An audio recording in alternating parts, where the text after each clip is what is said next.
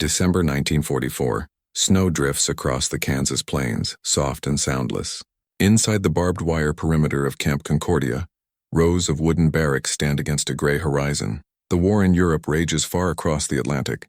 But here in the heart of America, its prisoners wait. They are German soldiers, once enemies of the men who now guard them. Their uniforms, faded and patched, still carry the faint dust of North Africa and Italy.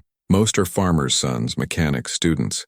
Men captured far from home and sent to a land they had only known through propaganda. In the camp kitchen, the scent of something unfamiliar fills the air. U.S. Army cook Corporal Charles Red Williams, sleeves rolled up, pulls trays from a steel oven.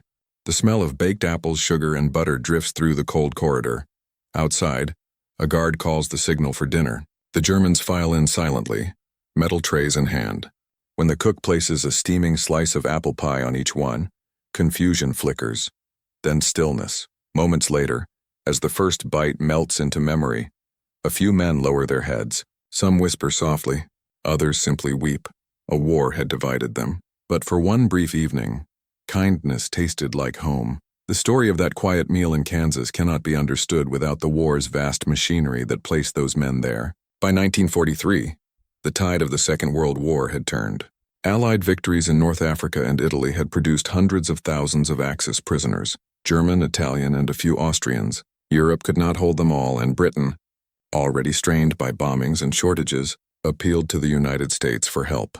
America answered. Across the Midwest and the South, the War Department began constructing prisoner-of-war camps, fenced compounds that dotted the American landscape from Texas to Wisconsin. They rose beside cornfields near rail yards and sometimes just beyond small, quiet towns. By 1945, there were more than 425,000 Axis POWs on U.S. soil, spread across nearly 700 camps.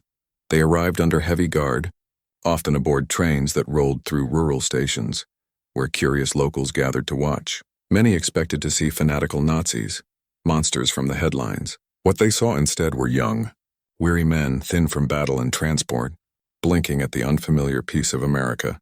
The U.S. Army, bound by the Geneva Convention of 1929, treated these prisoners with relative fairness. Each man received food equivalent to what American troops ate. They had medical care, access to mail, and the right to send letters home. Work programs were organized. Prisoners were sent to nearby farms to harvest crops, to mills, to sawmills and factories, helping fill the labor gap left by American men overseas. In exchange, they earned small wages and camp coupons, which they could use at the camp canteen to buy tobacco, candy, or simple goods. Life in the camps was a strange contradiction.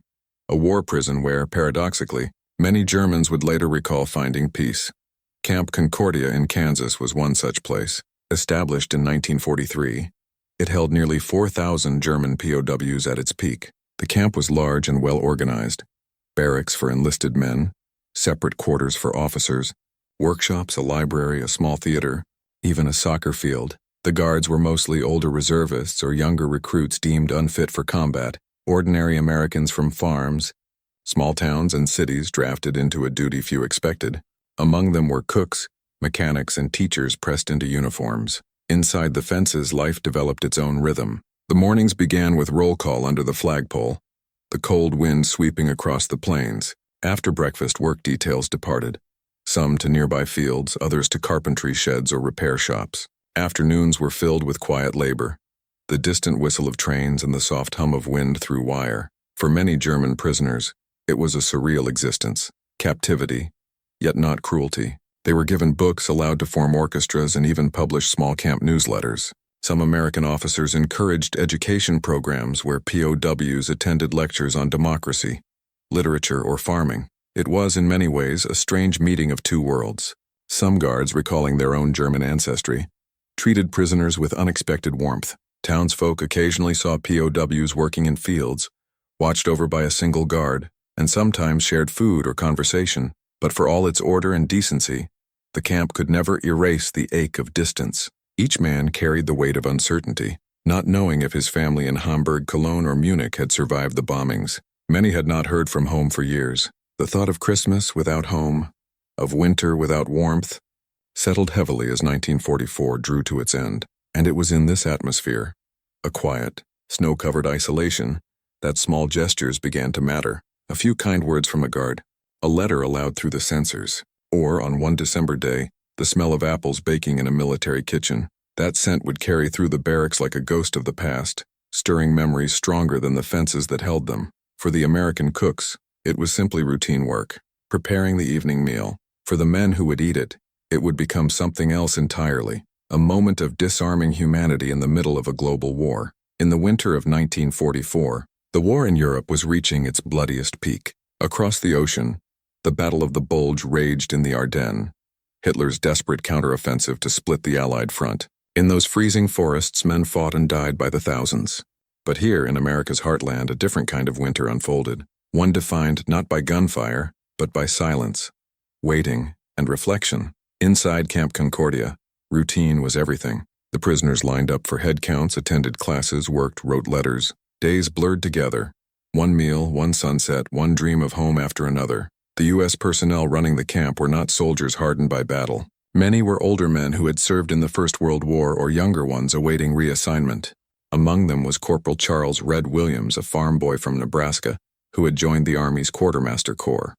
His duty was simple: feed thousands of men 3 times a day. He wasn't a hero. He wasn't trying to make history. He was just doing his job. The kitchen was the beating heart of the camp, a cavernous building of brick and concrete, its air thick with the constant scent of boiled potatoes, cabbage, and bread. Dozens of cooks worked in shifts, moving with practiced rhythm. Meals were plain but sufficient, calculated by Army ration charts and supply lists. To the Germans, the food was monotonous yet fair. It was better than what many had eaten during the war, but it lacked something: flavor, memory, life. One evening, while checking his supply logs, Williams found that a recent delivery from a nearby farm included a few crates of apples, left over from a local harvest. They weren't perfect, some bruised, some soft. Normally, they'd be sent for compost or used in stew. But Williams hesitated. He remembered his mother's kitchen back home, the smell of apple pie cooling on a window ledge during autumn. The idea came simply: why not bake them? It wasn't an act of pity, just instinct. Food was comfort, and Christmas was near. That winter, the camp officers had approved small observances of the holiday season.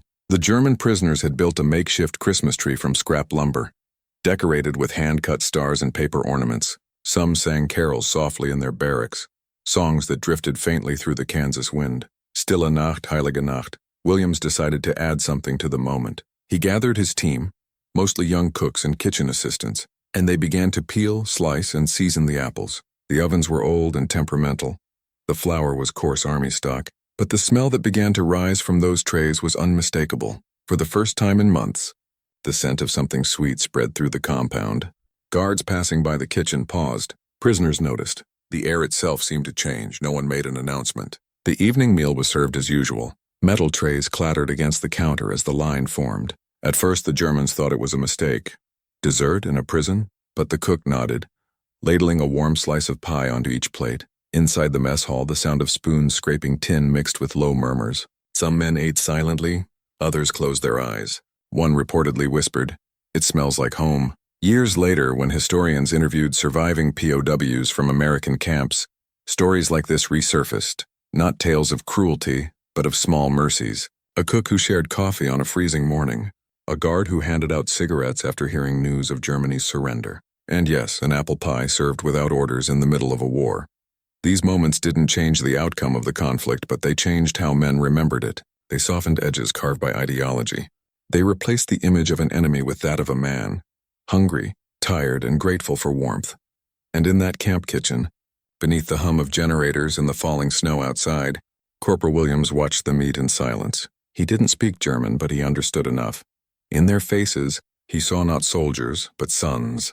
And this quiet act, born from instinct and decency, would become one of those rare wartime stories that lingered, a memory passed between nations long after the guns had gone silent. The war had forged enmity, but that night, through food and memory, it revealed something else, the fragile thread of shared humanity.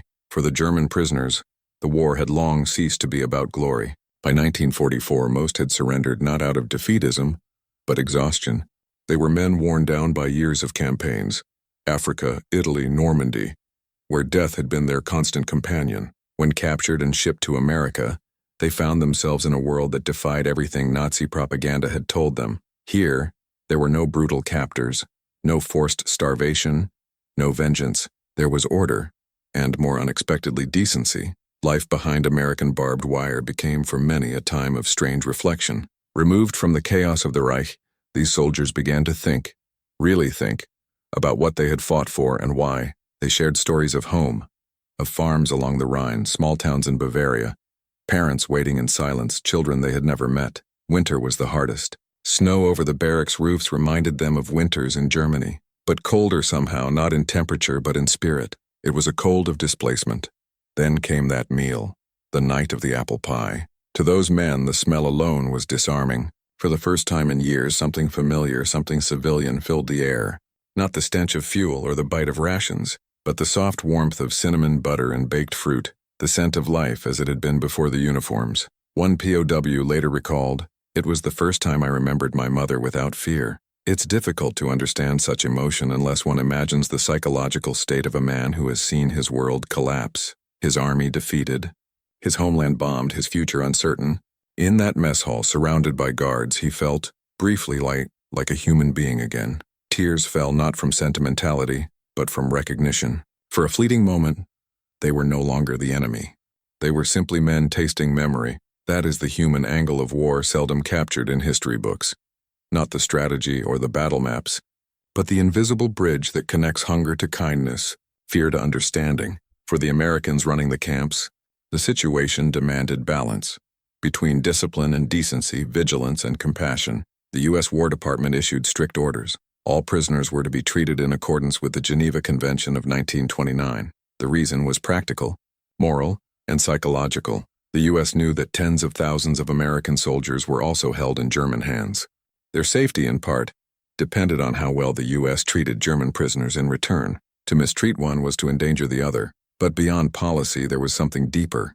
The moral identity of a nation fighting a war against tyranny. The war was never only about territory or military power. It was about values. And so, every act within those barbed wire perimeters became a quiet test of America's conscience. Corporal Williams and others like him may never have thought in such philosophical terms. Yet every ladle of food they served, every fair treatment they offered, represented that larger principle, that America would not become the monster it fought against. In letters from guards and officers, there's a recurring theme and a sense of responsibility. They were not to humiliate, but to hold firm. They were to show strength through fairness. One officer wrote, "Our task is to guard them as soldiers, not to punish them as criminals." That distinction mattered deeply, because the war was not only a clash of armies, but a contest of ideals, of what civilization itself would mean in the century to come. Even in wartime, the U.S. Army cooks were instructed to prepare meals of equal nutritional value for POWs as for American soldiers. The rations were checked, logged, and occasionally inspected by the International Red Cross. Such attention to fairness, even for the enemy, stunned many German prisoners. They had been taught to expect hatred.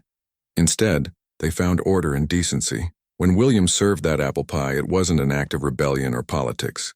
It was the quiet embodiment of the American wartime creed. To win without losing humanity. The soldiers who guarded the prisoners might never have known the men's names or histories. They only saw faces across the mess line. But to serve food and to serve it well was to reaffirm a shared moral ground that war could not erase. In this way, that simple kitchen scene was more than sentiment. It was an illustration of the American idea itself, the belief that even in war, decency was not weakness, but strength. And as the prisoners ate, the cooks watched from the kitchen doorway. No speeches were given, no records were made, but in their silence was something profound, a quiet pride in having done the right thing, not the easy thing. It was an act that no medal would ever mark, but one that would live longer than any victory parade. And so, the story turns, and from individuals to ideals, from hunger to honor, because this event, small as it seemed, would ripple outward, shaping how former enemies saw one another long after the war ended. In every army, leadership is tested not only in battle but in restraint. At Camp Concordia and hundreds of other U.S. POW camps, the true measure of command was not how tightly officers could control prisoners, but how decently they could treat them without losing control. Colonel John O'Brame, the commanding officer of Camp Concordia in 1944, understood this balance. A veteran of the First World War, he had seen what hatred could do to nations. His leadership philosophy was simple: firm discipline, no cruelty. Under his direction, guards were instructed to maintain respect. to enforce order, but also dignity. There were punishments for escape attempts or disobedience, but no tolerance for abuse. Brame reportedly said to his men, "If we forget what separates us from them, we lose more than this war." That mindset trickled down through every rank, even to the kitchens, where Corporal Williams and his fellow cooks worked. When he decided to bake the pies, he didn't need official approval. He knew his commanding officers wouldn't object, because kindness wasn't weakness in this camp. It was policy grounded in confidence. The leadership ethos in these American camps reflected a larger national character. Generals like Dwight D. Eisenhower and George C. Marshall had set the tone early in the war, to defeat fascism not by mirroring its cruelty, but by contrasting it. This moral stance wasn't sentimental. It was strategic. A soldier who fights for a moral cause fights with conviction. And so when a small act of compassion occurred inside a quiet POW camp, it wasn't accidental. It was the natural outcome of leadership that valued principle as much as power. That apple pie was not a breach of military order. It was its highest expression, a demonstration that even under the weight of war, America could hold its moral ground. For the German soldiers sitting at those tables, the experience was disorienting in more ways than one. Before capture, their image of the enemy had been forged by propaganda, the United States painted as a nation of materialists, racially mixed and morally corrupt, incapable of honor or culture. Nazi indoctrination had worked hard to convince them that surrendering to such a force was shameful, but captivity shattered that illusion. They were fed, clothed, and treated not as subhuman foes, but as soldiers of a defeated army.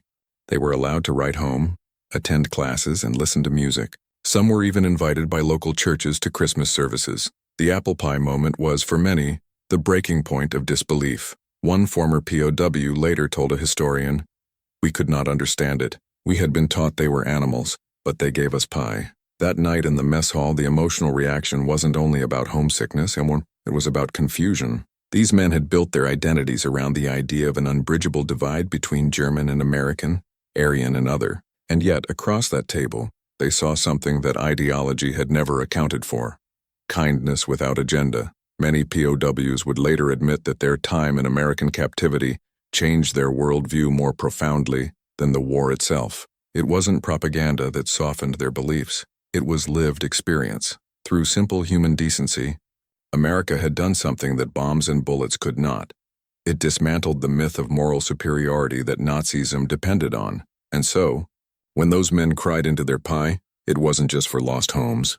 It was for lost illusions. They realized that the enemy they had been taught to despise was, in truth, capable of compassion. That revelation would stay with them long after their release. Some even returned to the United States years later, immigrating permanently, drawn not by power, but by the memory of fairness. The battle for hearts and minds was not won on European soil, but in places like Concordia, where quiet integrity triumphed over ideology. War is often remembered through its violence, battles, numbers, victories, yet history's most enduring lessons are found in its smallest gestures. The act of serving pie to one's enemy may seem trivial beside the vast machinery of World War II. The tanks, the bombers, the grand strategies. But morality in war rarely declares itself in scale. It declares itself in moments. In a world collapsing into brutality, compassion became a rebellion of conscience. The apple pie in Camp Concordia was not a strategic move, nor a symbolic performance. It was instinct, the moral reflex of ordinary people refusing to let war erase their humanity.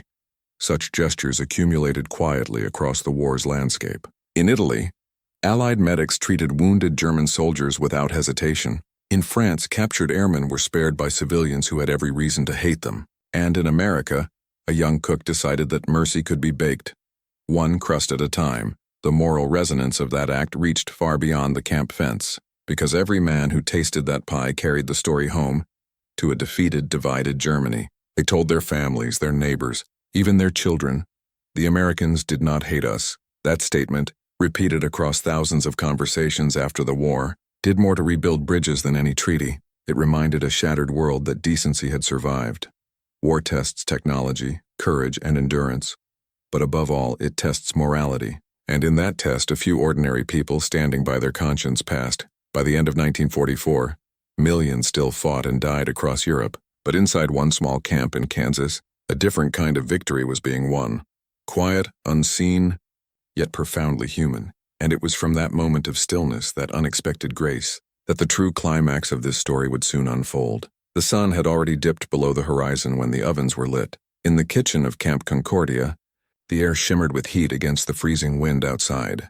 Coal burned low in the stove. Metal trays clanged as cooks moved through the cramped space. Sleeves rolled up, aprons dusted with flour. Corporal Charles Red Williams wiped his brow with the back of his hand. He'd been on his feet since dawn, preparing the evening rations. Boiled potatoes, tinned beef, bread. But tonight an extra task filled the schedule. The apples. The crates sat in the corner marked produce from Cloud County. Bruised, small, some half rotten, but to Williams they were good enough. He had asked 2 kitchen hands, a Private Ellis and Corporal Martinez, to help peel and core them. The 3 men worked in rhythm, the sound of knives scraping against wooden boards echoing through the kitchen. Outside, snow fell again. The wind pushed drifts up against the mess hall doors. Guards stamped their boots, their breath turning to vapor under the lamps. Inside the barracks, German prisoners sat quietly, waiting for the evening bell. Williams mixed flour and shortening, working the dough with his hands. "Feels strange," Ellis muttered. "Making pie for the enemy." Williams didn't look up. "They're men, same as us. Hungry men." The room was silent again except for the hiss of the oven. He layered the sliced apples into tin trays, added sugar from the ration stores, a pinch of cinnamon borrowed from the officer's kitchen. The smell rose slowly, warm, sweet, and unmistakable. One of the guards passing outside paused, sniffed the air, and laughed quietly. "Smells like my ma's kitchen," he said. The scent carried beyond the kitchen walls, slipping through the camp like an unspoken message. In the barracks, prisoners turned their heads, recognizing it instantly. Apfelkuchen, apple cake. It was a word that needed no translation. When the bell rang for dinner, the mess hall filled with boots and the muted clatter of trays. Guards stood along the walls, rifles slung over their shoulders, their faces unreadable. The prisoners filed in, each man weary, shoulders slightly bent from cold and habit. At the counter, William stood behind the serving line. His eyes met those of the first man, a young German, maybe 20. Blonde hair cropped short, uniform patched and faded. Williams nodded once and placed a ladle of stew on his tray, followed by a thick slice of bread. Then, without ceremony, he added a square of warm apple pie. The German hesitated, looking down, then up again. "For us?" he asked in hesitant English. Williams only gestured. "Eat up." The man moved on, still staring at the slice. Soon each tray carried one. Imperfect crusts, unevenly baked, edges browned too much on some. But the smell filled the hall, rich and golden, cutting through the metallic chill of winter. The Germans sat at the long wooden tables, steam rising from their food. For a moment no one spoke. They simply looked at the pie as though afraid it might disappear. Then one man took a bite. Silence deepened. He chewed slowly, swallowed, and lowered his spoon. His eyes glistened. Another man laughed under his breath. Not mockery, just disbelief. Then another began to hum softly, a tune half forgotten, something from before the war, from a home kitchen, from childhood. Within minutes, the room was filled with low murmurs, some laughter, some quiet weeping. A guard near the door looked away, embarrassed by the sight of grown men crying over dessert. Williams kept serving until the trays were empty. When he finally stepped into the hall, he paused to watch. The Germans were eating slowly now, carefully, as though tasting time itself. One prisoner, an older sergeant with gray in his beard, stood and approached him. He didn't salute, didn't speak. He simply placed his hand over his heart and nodded once. Williams nodded back. No words were needed. That moment, that simple, wordless gesture became something none of them would forget. Outside, the snow thickened, blanketing the camp in white. The guard towers disappeared into the haze. The war felt impossibly distant and not gone, not forgiven, but momentarily paused. Inside the hall, beneath the dim bulbs and the scent of baked apples, there was peace, fragile, fleeting, but real. A peace built not by treaties or generals, but by hands dusted in flour. And for one night, in the middle of history's bloodiest war, the front lines disappeared. The next morning, the ovens cooled. The camp returned to its routine, roll call, work details, watchtowers. But something in the air had changed. The guards noticed the prisoners working with more quiet discipline. The officers noted fewer complaints.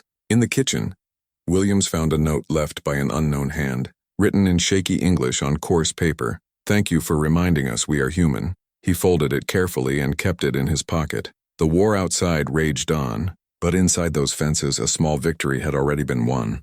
Not of arms, but of hearts. In the days that followed, something subtle but unmistakable settled over Camp Concordia. It wasn't spoken of in official reports or mentioned in the guard logs, yet nearly everyone felt it. The atmosphere had softened, The men behind the wire still wore the uniforms of an enemy army, but the tension that had once filled the compound, that brittle, invisible line separating captor from captive, had eased. For the prisoners, the apple pie became more than a meal. It became a memory anchor, proof that somewhere inside this vast machinery of war, decency still survived. Within days, the story spread quietly from barrack to barrack. The Germans who had been in the mess hall retold it in letters home, in diaries, and even during work assignments. The Americans gave us pie, they wrote. They are not like what we were told. These letters, censored but not erased, slipped through the Army's postal channels and crossed the Atlantic, reaching families in bomb-scarred towns of the Reich. Some never arrived, but those that did carried a message powerful enough to outlive the war itself. We are treated fairly. They even gave us apple pie at Christmas. It was not propaganda. It was truth, recorded by men who had seen the face of the enemy and found humanity staring back. For years afterward, historians examining POW letters noted a striking difference between correspondence sent from U.S. camps and those written from captivity in the Soviet Union or North Africa. The contrast was staggering. In the East, German POWs wrote of starvation, brutality, endless cold. In America, they described kindness, order, and food. So much food. One prisoner from Concordia later recalled, "It was strange to us. The people who defeated us gave us dignity. It changed the way we saw the war and ourselves." The apple pie incident wasn't isolated. Similar gestures occurred in other U.S. camps. A guard sharing cigarettes on Christmas Eve, a chaplain allowing German hymns to be sung, a nurse treating a wounded POW as tenderly as an American soldier. But the pie held particular symbolism, the quintessential American comfort food, offered to the enemy not as an indulgence but as an act of quiet equality. That small act would ripple outward, subtly but deeply. In the decades that followed, fragments of the story appeared in memoirs and interviews. Former U.S. guards, cooks, and POWs would recall it when asked about their wartime service. One Kansas guard, interviewed in the 1980s by the Cloud County Historical Society, described the event simply, "The Germans lined up quiet as church mice. When they realized it was pie, real pie, they froze. Some smiled, some cried. You could hear spoons scraping, but not a single voice for minutes. It was like time stopped." Another, a former prisoner named Wilhelm Krauss, wrote decades later from his home in Bremen, "We had lost our homeland, our faith, our cause, but that night in Kansas we found something we had forgotten: respect. The man who baked that pie was our enemy, yet he treated us like brothers." His letter ended with a single sentence that historians would later quote often, "Empires fall, but kindness remains." These testimonies were not isolated nostalgia. They formed part of a broader oral history movement that emerged after the 1970s, when surviving German POWs began to revisit their time in America with surprising warmth. Books like Hitler's Soldiers in the USA and Guests Behind the Barbed Wire documented dozens of such stories. Scholars confirmed that in most American POW camps, humane treatment was consistent, not exceptional. And yet, in these recollections, the smallest details stood out most vividly. The flavor of fresh bread, the sound of an American radio, the scent of apple pie. Because in war, memory clings to the rarest sensations: warmth, smell, silence, things untouched by violence. Even if no official record mentioned it, the military quietly recognized the value of such moments. The War Department knew that every German soldier who returned home with a story of fair treatment was a living ambassador of post-war peace. General George C. Marshall himself once remarked, "The way we treat the defeated will determine the peace that follows." He was right. After 1945, when the camps began closing and prisoners were shipped back to Europe, countless Germans wrote letters of thanks to their former captors. Some sent gifts, embroidered tablecloths, carved wooden toys, even photographs taken inside the camps. Others requested sponsorship to emigrate to the United States, recalling the dignity they had found behind barbed wire. Among those letters were references to Camp Concordia and its kitchen. The pie was never mentioned as a grand act, only as a symbol of something larger, a gesture that turned enemies into men and men into friends. In 1984, a small reunion was held in Concordia. Former guards and German prisoners met again, decades older. They shook hands, shared coffee, and told stories. One of the old cooks, long retired, was there. He smiled when someone asked if he remembered the pie. "Of course I do," he said. "How could anyone forget that smell?" History often records victory in battles and treaties, but the deeper victories, the ones that reshape how nations see one another, are born in silence. That night in 1944, no one spoke of heroism. No one took photographs. No orders were written, no medals awarded, and yet the act of baking that pie carried across generations as a quiet proof of what America fought for. Not conquest, not revenge, but the idea that even when war divides men, morality can still unite them. That was the real turning point, not just of a single night, but of perspective itself. By 1945, when the guns finally fell silent in Europe, those who had been behind American barbed wire would return home changed, and it was from that foundation, built not on force, but fairness, that a new post-war relationship between former enemies would begin. When the war finally ended in May 1945, the world was a landscape of ruins and silence. In Europe, cities lay in ash. Railways were twisted metal. Millions were displaced. Soldiers without armies, civilians without homes. Germany, once the heart of the Axis, was now a nation in collapse. But thousands of its former soldiers, captured years earlier and sent across the Atlantic, lived through that transition in a different way. They were in the United States, still behind wire, still far from home, but alive and deeply changed. For them, the war had not ended in a battlefield surrender, but in an inner realization that their enemy had shown them the very decency their own regime had denied. Across the American camps, news of Germany's surrender spread quietly. Some prisoners wept, some sang hymns, some simply stared at the ground, realizing that the fatherland they had left no longer existed. And yet, amid that grief, there was a strange calm, because in the country that had defeated them, they had been treated as men. At Camp Concordia, records show the mood in those final weeks was somber, but peaceful. The guards remained respectful. The prisoners continued their routines. And in the kitchen, Williams and his fellow cooks served meals as usual, now with the knowledge that the men they fed were no longer enemies, but displaced souls of a broken nation. One American guard, Sergeant Bill Turner, wrote in his diary on May 10, 1945, "They stood for roll call and saluted our flag, not mockingly, solemnly. It was the strangest sight I've ever seen. Defeated men showing respect to those who beat them. It was not submission. It was acknowledgement, and in that gesture, as quiet as the moment of apple pie months earlier, lay the seed of what historians would later call moral victory." During the war, more than 425,000 Axis prisoners lived on American soil, mostly Germans. They worked in fields, repaired roads, built barns, and harvested crops. Many became integral to local economies.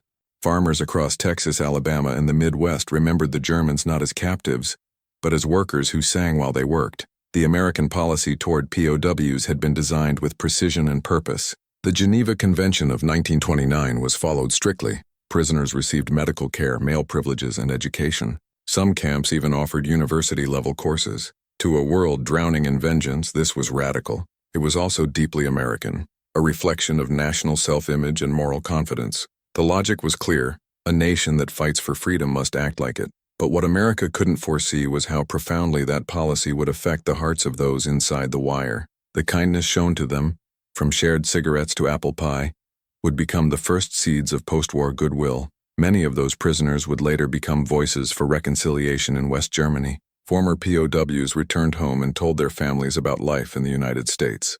How the guards were fair, how the food was plentiful, how the Americans treated them not as Nazis, but as human beings. Their stories spread quietly through a wounded nation, reshaping perception from within. As one historian later wrote, the greatest American export of the Second World War was not weapons, but decency. In Washington, officials saw the benefits of humane treatment almost immediately. By 1946, when prisoners were repatriated to Germany, U.S. intelligence reports noted that former POWs returning from American camps expressed positive attitudes toward the United States and its institutions. Some had studied English. Others had learned American songs. A few had even taken correspondence courses while captive. And when the Marshall Plan began rebuilding Europe just 2 years later, those same men, now civilians, became informal bridges between the two nations. They were living proof that America could conquer without cruelty. Behind all that policy and politics, though, stood the unrecorded stories, the small human acts that built that larger truth. An apple pie in Kansas, a friendly guard in Alabama, a letter home that began, "You would not believe how kind the Americans are." History rarely celebrates cooks or guards, but it was they, the unseen men of compassion, who built the moral foundation of the peace that followed. By the time Camp Concordia closed in 1945, most of its prisoners had been shipped back to Europe. The barracks were dismantled, the wire taken down, the fields reclaimed by grass. But the men who once sat in that mess hall carried something invisible with them, a memory not of defeat, but of dignity, and when they spoke of America years later, they did not recall the fences. They remembered the warmth of a kitchen on a winter's night, and the taste of apple pie. When historians look back at the end of the Second World War, they often measure victory in strategic terms: the fall of Berlin, the atomic bomb, the surrender signed aboard the USS Missouri. But there was another, quieter kind of triumph unfolding far from the headlines: the moral victory of how America treated its enemies when the world least expected mercy. From 1943 to 1946, over 425,000 German prisoners lived in U.S. custody, more than in any other Allied nation except the Soviet Union. Yet, the contrast in their treatment could not have been greater. In the Soviet camps, starvation and exposure were common. Estimates suggest over 1 million German POWs perished in Soviet captivity. In France and parts of post-war Eastern Europe, prisoners were used as forced labor, often without shelter or medical care. But in the United States, survival rates exceeded 99%. Deaths in American POW camps were rare and mostly due to illness or accidents, not violence. The reason wasn't luck. It was principle. The War Department had deliberately ordered humane conditions, not out of sentimentality, but strategy. Washington understood that the treatment of prisoners was a mirror of national character and a weapon of moral diplomacy. If fascism had thrived on cruelty, democracy would answer with restraint, and it worked. When those German prisoners returned home after the war, they carried with them not only stories of fairness, but an idea that America's strength came not from dominance but from decency. One former POW, Hans Christian Treffs, later a professor in Munich, recalled, "In the camp, we learned that freedom has rules, and that discipline without hatred is possible." Another, Karl-Heinz Gartner, who had spent 2 years in a Texas camp, would later write, "The Americans treated us as men. That changed how I saw everything. My country, my enemies, even myself. Thousands of men like them would become the quiet foundation of post-war friendship. They became teachers, engineers, and writers. And when West Germany began rebuilding, many were the first to advocate cooperation with the United States." In the late 1940s, as Germany began to rise from the ashes, America launched the Marshall Plan, a vast program of economic recovery. What few policymakers realized at the time was that its success depended, in part, on something intangible: trust, and that trust already existed, carried home by those who had once been prisoners of war. Local American kindness had turned into cultural memory. A Kansas cook who baked pie, a Texas farmer who shared cigarettes, an Alabama chaplain who allowed German hymns at Christmas. Each small act formed a thread, and together they wove a quiet bridge between two nations that had once tried to destroy each other. In the 1950s and 60s, hundreds of former POWs returned to visit the United States, some as tourists, others as immigrants. Many wrote letters to their former guards and camp commanders. Camp Concordia alone received dozens of letters of gratitude. One read, "When I came to you, I was your prisoner. When I left, I was your friend." It was a line that captured the essence of the American POW legacy, a story rarely told in war films or textbooks, but deeply real to those who lived it. While other nations sought retribution, the United States sought reconstruction. This moral approach didn't erase the horrors of the war, nor did it excuse the crimes of the Nazi regime, but it proved something extraordinary: that the measure of a victor is not how he destroys his enemy, but how he treats him when he no longer must. The apple pie story at Camp Concordia may seem small beside the vast scale of global conflict, but history often hides its meaning in such moments. It was an act that reflected not command but conscience, and that conscience shaped the peace to come, because when the Cold War began, and America sought allies in the heart of Europe, it found one where hatred might once have lived, a Germany that remembered its captors' mercy. In the decades since, historians have come to see these POW experiences not as footnotes, but as foundations, moral groundwork for the friendship that now defines transatlantic history. And somewhere in that long story, buried in the snow of a Kansas winter, lies one man in a flour-streaked apron, pulling hot pies from a dented steel oven, never knowing that what he baked that night would outlast empires. He never saw himself as a diplomat or a hero or a peacemaker. He was simply a cook who believed that decency should never depend on uniform or flag. And because of that belief, history remembered him, quietly but forever. History often remembers war through the roar of engines, the thunder of artillery, and the signatures on surrender papers. But what it forgets are, what it too often leaves behind often are the silences where men choose mercy over hate, In those silences, the true victories of civilization are written. The story of the American cook and the German prisoners is not about strategy, nor even about patriotism. It is about what remains when the uniforms come off, when human beings, stripped of power and pride, stand face to face with one another and choose to be kind. That night in December 1944, in a camp surrounded by barbed wire and snow, there were no speeches, no ideology, no politics.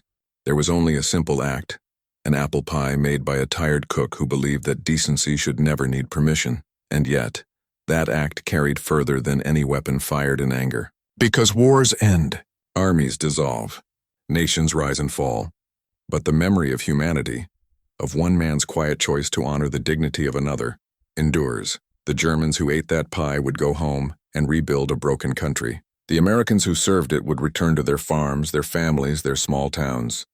None would know that they had helped begin something larger, a peace not written in treaties, but in the unspoken recognition that compassion is the truest form of strength. In the black and white photographs of that era, we see faces hardened by war, soldiers, captives, guards, cooks. Yet behind those faces lies something timeless, the fragile, persistent hope that even in humanity's darkest hours, kindness can still find its way to the table. And maybe that is what history's noise was always trying to hide, that empires are built on power, but peace is built on grace. A slice of pie, shared across a line of barbed wire, became proof of that grace. A reminder that the greatest battles ever won are not fought with weapons, but with compassion, served warm on a winter's night in 1944.